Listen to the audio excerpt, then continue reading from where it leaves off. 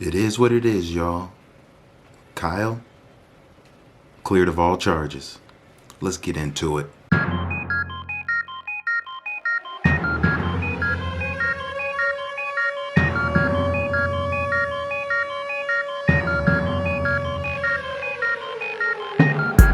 Hello there, my fellow Americans. America is changing. Buckle up for the ride. You are now tuned into Wild, Wild America.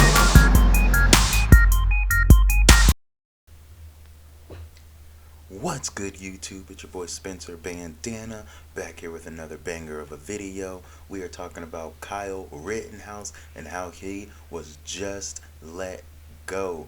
All charges dropped, and basically the world's all messed up. The world is all upset. Well, we're just talking about America in this case.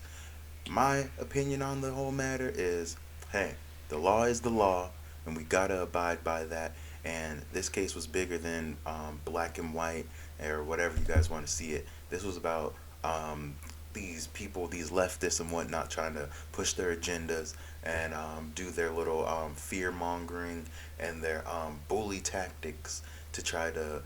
They tried to basically push and do this little cancel culture little thing. You know what they're doing, that media agenda stuff, to basically use their power and undermine the law. So if this had been if it had gone the other way, we would be in a world of trouble right now. Basically, it would mean that we can't defend ourselves. If someone pulls a gun on you in your face, then you can't defend yourself just because they want to say that he didn't have the right to go across state lines with that weapon. We all know that in most states, a lot of states, you can go across state lines with your weapon. That's why, as a gun owner, you do gotta, know your gun laws, your local states, your surrounding states, because if you are frequently traveling to those states and vice versa, then you should be up on game on what you should be able to have, because you always want to be protected if you do have protection, or if you are able to. So my thing is, he went across state lines. We don't know what for. The story is that he was protecting a family member or a family friend's business, one of those car places that might rent out cars, or a Hertz or something like that, maybe. But basically, we all saw these cars were getting blown up. These are people's businesses. We don't know. I don't know why we feel or deem it's okay for these businesses to just get taken out, and we think that it's okay just because we're protesting or they're protesting.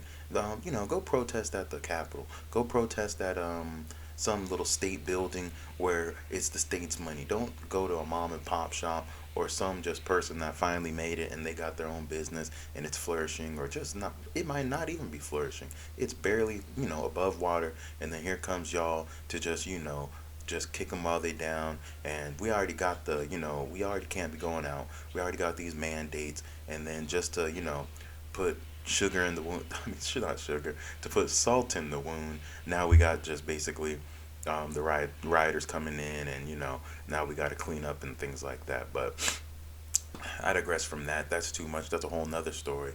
But that is a part that does play a big part in this, because basically, he went over there protecting that establishment, and he was attacked. The first cause was a gentleman throwing something at him, and after that, once he was already it hit him. It might have hit him, but the man didn't try to come around the car and attack him. We're not too sure what happened, because it was behind it was not even distorted. We just couldn't see. It was behind of an object, behind a car. But there was a fire. There was fire shot, and he basically killed a man. My thought is, if there was a grown man with a weapon, I don't care. If I see anyone with a weapon, I would have assumed that Kyle was a grown man with that firearm walking down the street at that time. But I would have just not approached him in a in a hostile way. I'm just that's just my mindset. I'm not gonna go run at someone with a loaded weapon, or it could just not be loaded. If it looks like one like that, I'm not gonna attack them like that. It's just common sense, especially if you don't have one. Don't bring a knife to a gunfight, folks. Definitely not that one. So he basically lays that man down. He knows he's in trouble now. He knows that if he stays around, things are going to get real bad. This is a little situation where the police were not in the area. They chose to basically be in the perimeter. They did basically Kyle was trying to run to them. He ended up falling, being tripped, pushed, however you want to call it. It is on the video. You make it up yourself. But he ended up falling to the ground and being hit in the head with a skateboard. And then that man ended up getting shot. That man, I'm pretty sure, did lose his life as well. And then after that, then the other man, who, as they do to other people, they bring up the past and all these other factors in the case. He was a sexual predator, and he was actually, other than accused, he was convicted, I'm pretty sure, of actually, touching a 9-year-old, which is just disturbing, which is just he should have been one to take the room temperature challenge. I'm pretty sure no one would disagree with that, especially if you have children. So that man got shot in the bicep, but that was only after Kyle saw him pull a weapon, and it's brandished right in his face. There is a still picture of that, so there's no fighting that one with me. It's just on the it's visibly seen. There's lots of things that tried to be thrown into this case that were definitely not able to be confirmed. There were lots of videos or blown up images of photos that were distorted. It looked pixelated. There is one that's floating around that the prosecutors tried to use, but basically in that service, in their guidelines of using that service to blow up the images, it was said that these should not be used in a court case, especially if it is the determining factor of the case. So we should that if that is clearly there on the rules, on the basically the instruction manual book right there, then we can't really use that. We're not going to we shouldn't bend the rules just because we want to get a verdict, right? We can't try to sway things to your way. Another big thing about this case is my community, people that look like myself. For some reason, they're all up in, they're up, they're throwing a fit basically, just because they're saying, oh, what if this, it's all hypothetical things. We all can think that. We all do have our own thoughts about the government. But at the end of the day, this case was bigger than that, y'all. There was no black on black crime that we can talk about. We can talk about that all day. We need to get that all situated. This was a this was a Caucasian young male, 17 years old, that ended up shooting and killing 2 and injuring 1, and they all were white, I'm pretty sure. So we can't really try to pull that one here. This was all a big media thing, I'd say. The right definitely tried to put it their way, and the left put it their way. There's pictures floating around with Kyle sitting with the judge and looking at stuff. This case wasn't, yeah, the judge wasn't really the determining factor. It was the jury. The jury was the ones that cleared his name, the ones that decided not to convict him of the crimes, of all charges. So it seemed like the judge was probably going to lean more towards like a mistrial, just because there was lots of things trying to get implemented in. There was CNNBC,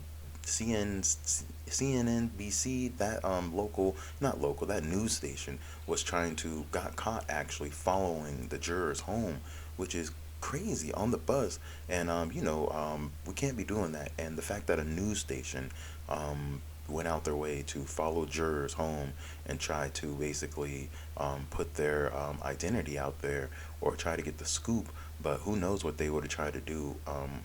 We can't really trust the media nowadays. Who knows what kind of tactics they would pull on someone, especially with no power to their name. So it's just a little spooky out there. You guys just definitely got to keep your eyes open.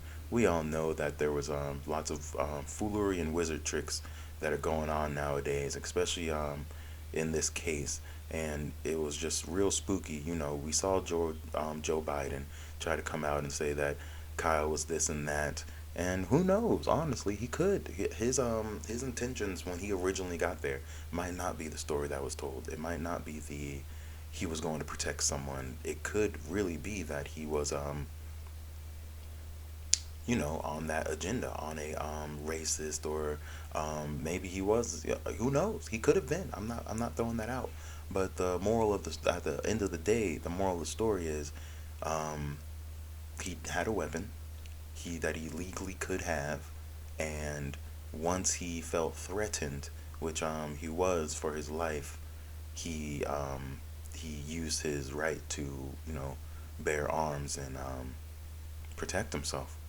So all in all, this was a win for not only Kyle, but this was a win for us Americans that know the law, want the law to be upheld in all situations, and basically just we tired of this new ploy scheme thing that's going on in America.